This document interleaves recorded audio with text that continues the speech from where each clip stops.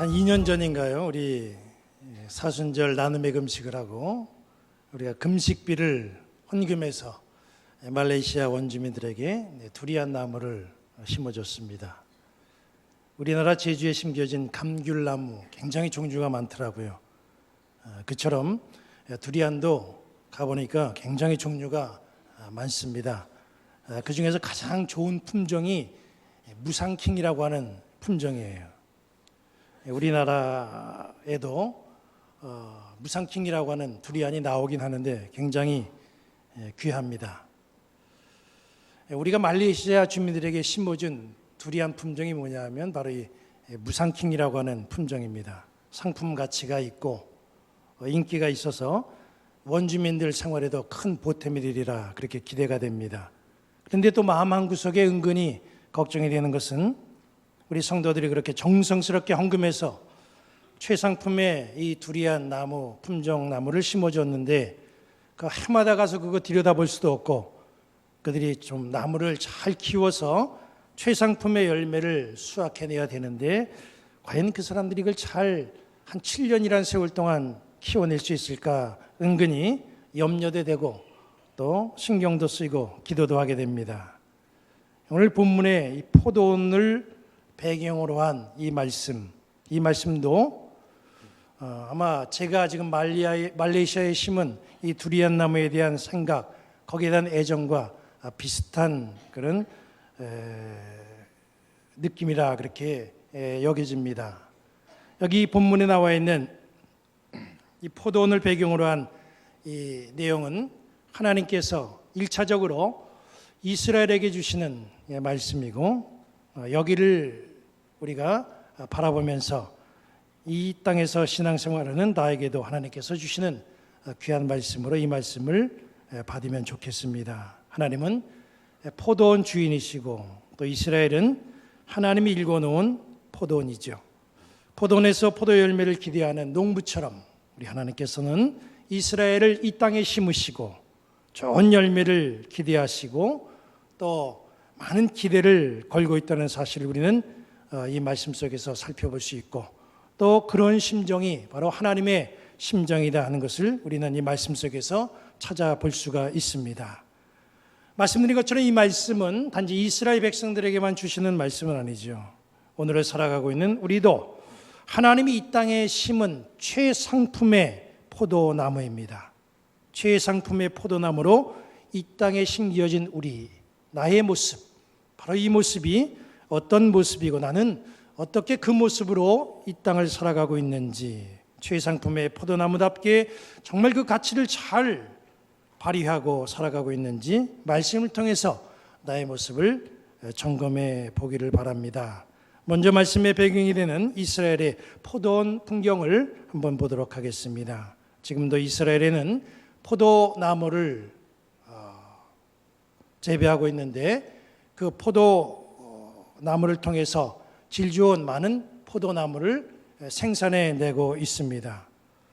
이스라엘을 향한 하나님의 마음, 어떤 마음인지 2절 상반절 말씀에서 한번 찾아보겠습니다. 땅을 파서 돌을 제하고 극상품 포도나무를 심었도다. 저는 잘 포도나무에 대해서 알지는 못하지만은 포도나무를 많이 보아왔습니다. 어렸을 때 저희 집에서도 포도나무를 재배했기 때문에 포도나무에 대한 모습을 많이 봤는데 어떤 게 좋은 포도나무고 어떤 게 뭐 현찬의 나무인지 그거는 제가 구별할 수는 없습니다. 제가 포도나무에 대해서 잘 모르기 때문에 극상품 포도나무, 여기 성경에서 얘기하고 있는 이 최상품의 포도나무가 어느 나무에 해당되는지는 제가 잘 알 수는 없어요. 두리안으로 보면 뭐 무상킹으로 보면 되고 감귤로 친다면 무슨 레드향이나 뭐 천혜향 정도로 보면 될 것 같습니다. 아무튼 최상품의 포도나무가 심겨진 거예요. 척박한 땅을 개간하고 최고의 품질의 포도나무를 심는 이 농부의 마음, 이것이 이스라엘을 향하여 갖고 있는 하나님의 마음입니다. 이스라엘을 보면 여기 포도원 비유처럼 굉장히 척박한 땅이었습니다. 애굽에서 400년이 넘도록 노예로 살던 백성이지. 하나님이 척박한 이스라엘을 좋은 환경으로 그렇게 바꿔주셨습니다. 애굽에서 해방시켜 주시고 그 어려운 광야 생활을 잘 이끌어 주시고 가난을 허락하시고 삶의 보금자리를 허락해 주셨습니다. 그리고 가나안의 극상품의 포도나무로 이스라엘을 심어주셨습니다. 그뿐만이 아닙니다. 포도원을 위해서 망대를 세우시고 포도원을 지켜주시기까지 했습니다. 블레셋이 이스라엘을 침략해 올 때에 하나님은 그걸 막아주셨고 망대가 주셨고 감시해 주셨습니다. 포도원 안에 술틀을 팠다고 했죠.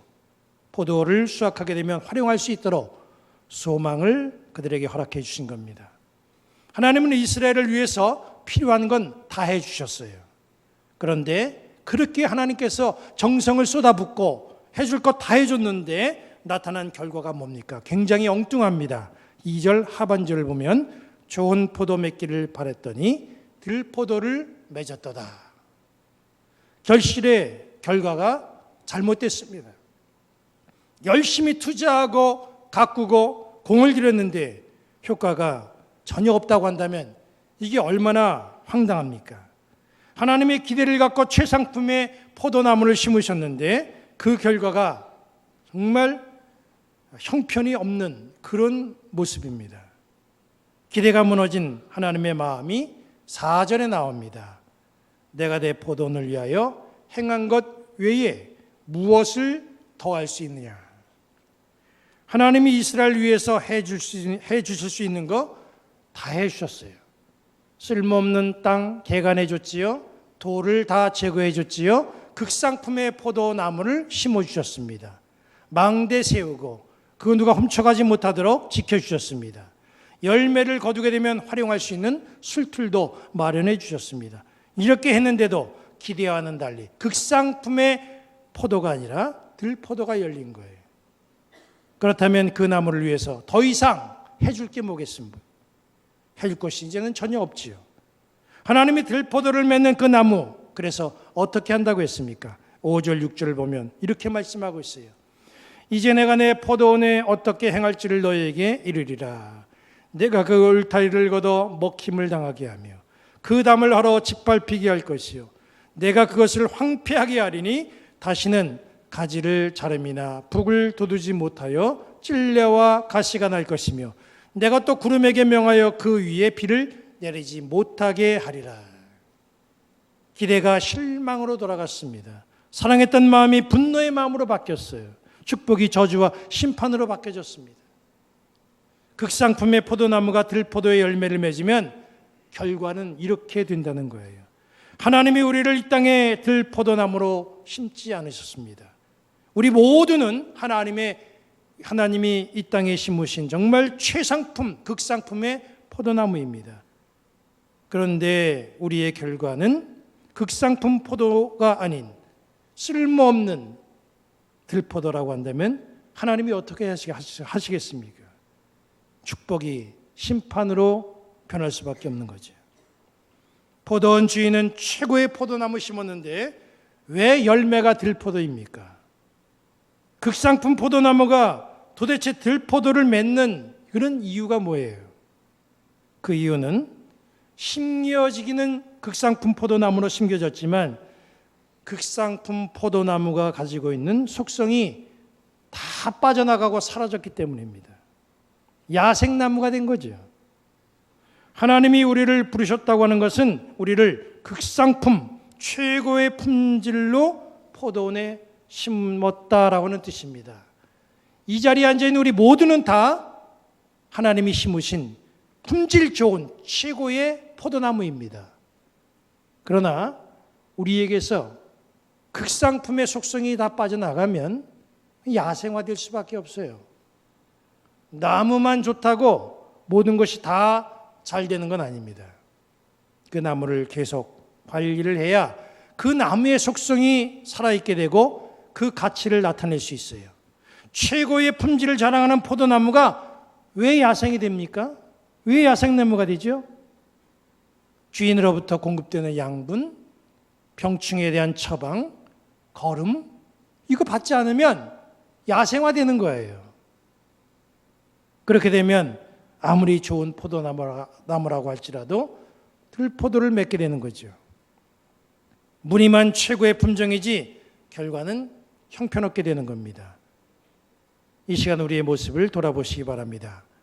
하나님이 나를 이 땅의 최고의 극상품의 포도나무로 심으셨는데 나는 최고의 포도나무답게 정말 그 품질을 유지하고 있는가? 최고의 열매를 맺어가고 있는가? 여전히 최상품의 속성을 나는 지니고 있는가? 우리는 우리의 모습을 좀 살펴봐야 됩니다.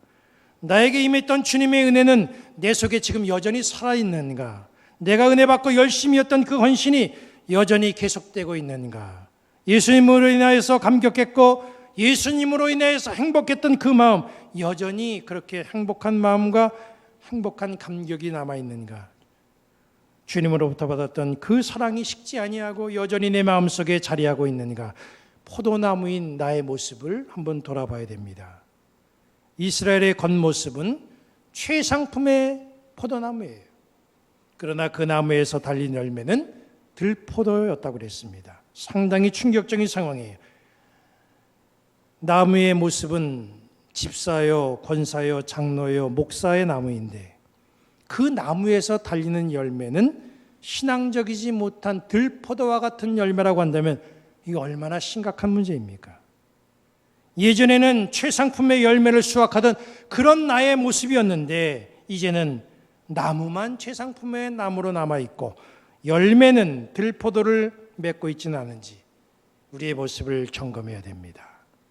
최상품의 나무로 심겨졌지만 들포도로 열매를 맺은 이스라엘은 하나님의 심판을 피할 수가 없었어요. 예수님이 잎이 무성한 무화과나무를 보셨지요. 무화과나무의 특성상 잎이 무성하면 당연히 열매가 있어야 됩니다. 예수님도 당연히 무화과나무에 열매가 있을 것을 기대하시고 열매를 얻기 위해서 무화과나무로 다가가셨어요. 그런데 어찌된 일입니까? 무화과나무에 열매가 없었어요. 실망하신 예수님은 그 나무를 저주하셨고 그 무화과나무는 말라 죽었습니다. 무늬만 그럴듯한 나무의 최후 모습입니다. 지금 우리는 포도가 익어가는 9월에 접어들었습니다. 이 결실의 계절 가을에 이 땅의 최상품의 나무로 소중하게 심겨진 나의 모습 한번 점검해 보시기를 바랍니다. 여러분은 주님이 이 땅에 심으신 최상품의 포도나무임에 틀림이 없어요.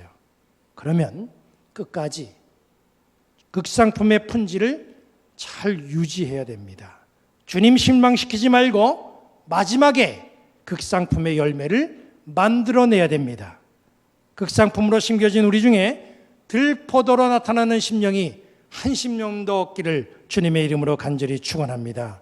최상품의 나무로서 최상품의 포도를 만들어내어 주인 되신 우리 하나님의 마음을 기쁘시게 하는 그런 성도들 되시기를 주님의 이름으로 간절히 축원합니다. 이제 우리 모두 자리에서 일어나시고 찬양하신 후에 우리 축도로 예배를 마치겠습니다.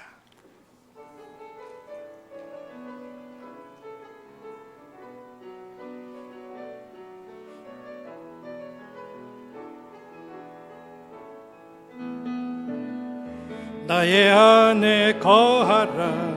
나는 내 하나님이니 모든 환난 가운데 너를 지키는 자라. 두려워하지 말라. 내가 널 도와주리니 놀라지 말라. 내 손 잡아주리라. 내가 너를 지명하여 불렀나니 너는 내 것이라. 내 것이라. 너의 하나님이라. 내가 너를 보배롭고 존귀하게 여기노라. 너를 사랑하는 내 여호와. 한 번 더 부를까요? 나의 안에 거하라.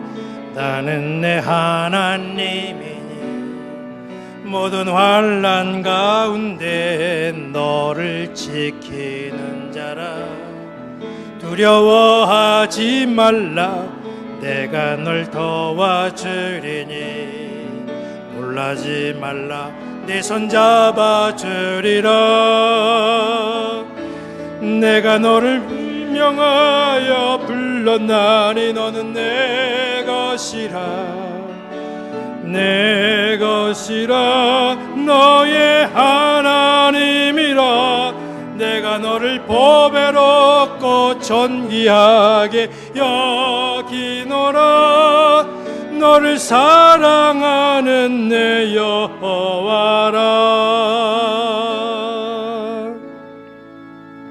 하나님이 여러분에게 복을 주시고 여러분을 지키시길 원하며 하나님이 그의 얼굴을 여러분에게 향하시고 은혜 베푸시길 원하며 하나님이 그 얼굴을 여러분들에게 향하시고 비추사 평강 주시기를 성부, 성자, 성령의 이름으로 축원합니다. 아멘.